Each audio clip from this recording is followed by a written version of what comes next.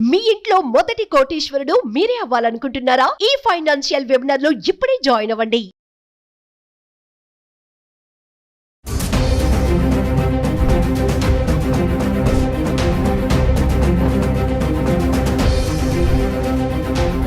Hi hello నమస్తే, welcome back to Suman TV. ప్రస్తుతం మనతో పాటు ఉన్నారు consumer welfare committee chairman Mandadi Krishna Reddy గారు.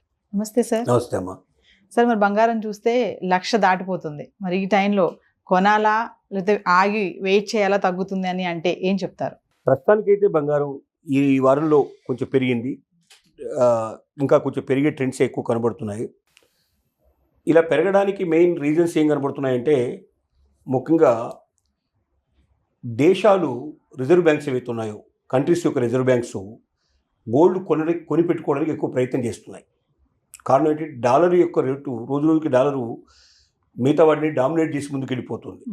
డాలర్లో పోటీపడే ఆ దేశాల్లో ఉండేటువంటి డబ్బు విలువ తగ్గిపోతూ ఉంది.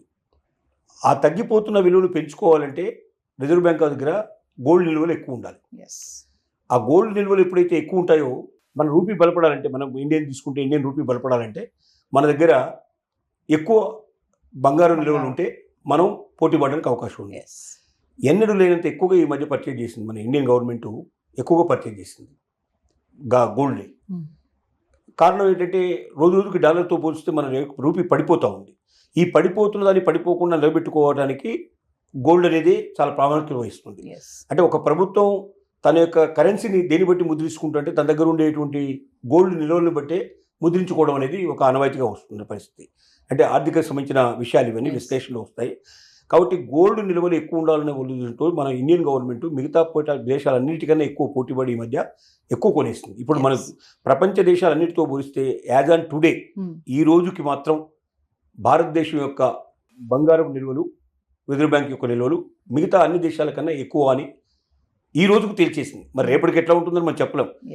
ఏముంది, ఒకసారి వాడు కొనిపారేస్తే ఎక్కువ కొనేస్తే ఆటోమేటిక్ వీళ్ళకన్నా ఎక్కువ.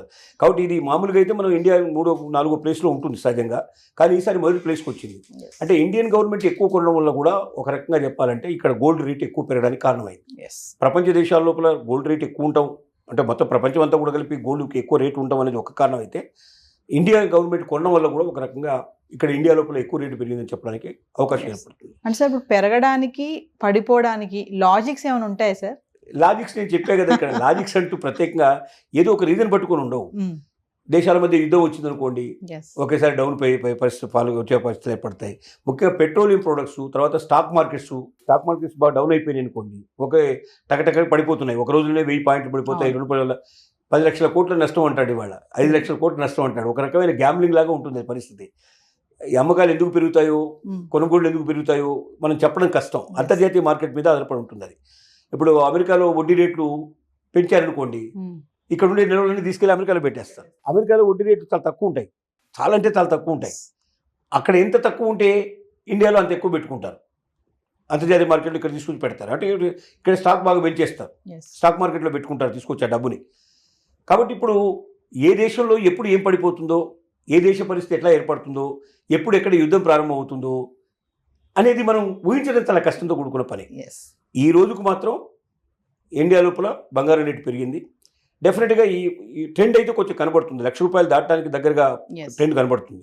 అయితే ₹1,00,000 దాటి అక్కడే ఉంటుందని మనం గ్యారంటీ ఇవ్వలేము. వెనక్కి పడిపోవడానికి కూడా పాసిబిలిటీస్ అంతగానే ఉన్నాయి.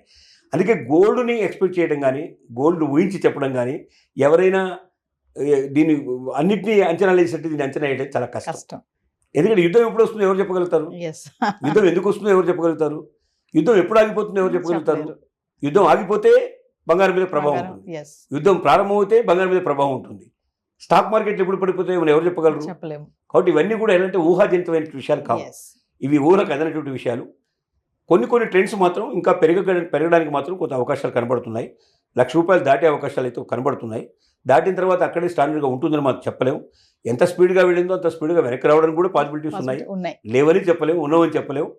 దీన్ని కూడా ఒక భాగంగా తీసుకుంటే, అంటే దీన్ని మరీ ఎక్కువ నిల్వలు పెట్టుకోవడం మంచిది కాదు, మరీ తక్కువ కాదు. గోల్డ్ ఉంటే మాత్రం ఎందుకంటే సేఫ్ సైడ్గా ఉండేట్టు పరిస్థితి. ఎప్పుడంటే అప్పుడు టక్కున అమ్ముకోవచ్చు, లేకపోతే దాన్ని అప్పు తెచ్చుకోవచ్చు. అన్నిటికన్నా వేగంగా ఉపయోగించగలిగింది గోల్డ్.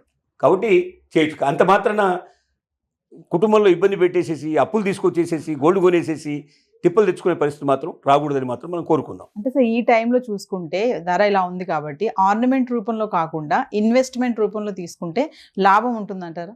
ఇన్వెస్ట్మెంట్ రూపంలో తీసుకుంటే మనకి ఏంటంటే తక్కువ తరుగు ఇట్లాంటివన్నీ లేకుండా ఉంటాయి. అంటే డెఫినెట్గా ఆర్నమెంట్ రూపంలో ఉన్నదానికి ఇన్వెస్ట్మెంట్ రూపంలో ఉన్నదానికి మధ్యలో ఒక 10% to 15-25% దాకా కూడా డిఫరెన్స్ వచ్చే అవకాశాలు ఉంటాయి. కారణం ఏంటి, ఆర్నమెంట్లో ఈ వాడేటువంటివి ఏవైతే ఉంటాయో మిగతా వాటిని తీసేయడం, వాటిని తరుగులు తీసేయడం ఇట్లాంటివి జరుగుతాయి. తరుగు కింద కొంత తీసేస్తారు, దాంట్లో వాడేటువంటి ఇవి ఉంటాయి కదా స్టోన్స్ ఇట్లా అట్లాంటివన్నీ తీసేస్తారు.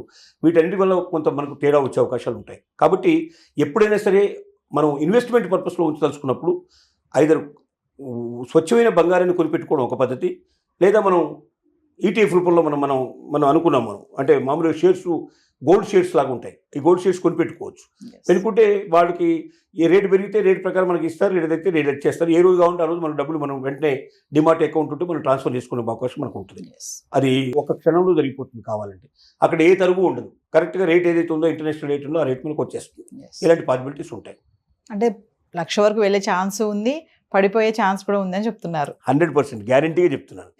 గోల్డ్ని ఇంతవరకు ప్రపంచంలో ఏ ఒక్క వ్యక్తి కూడా ఇది ఖచ్చితంగా ఇంత పెరుగుతుంది అక్కడ నిలబడుతుంది ఇంతవరకు ఎవరు గ్యారంటీ ఇవ్వలేదు. ఇచ్చినదాన్ని నమ్మదగిన విషయం కాదు.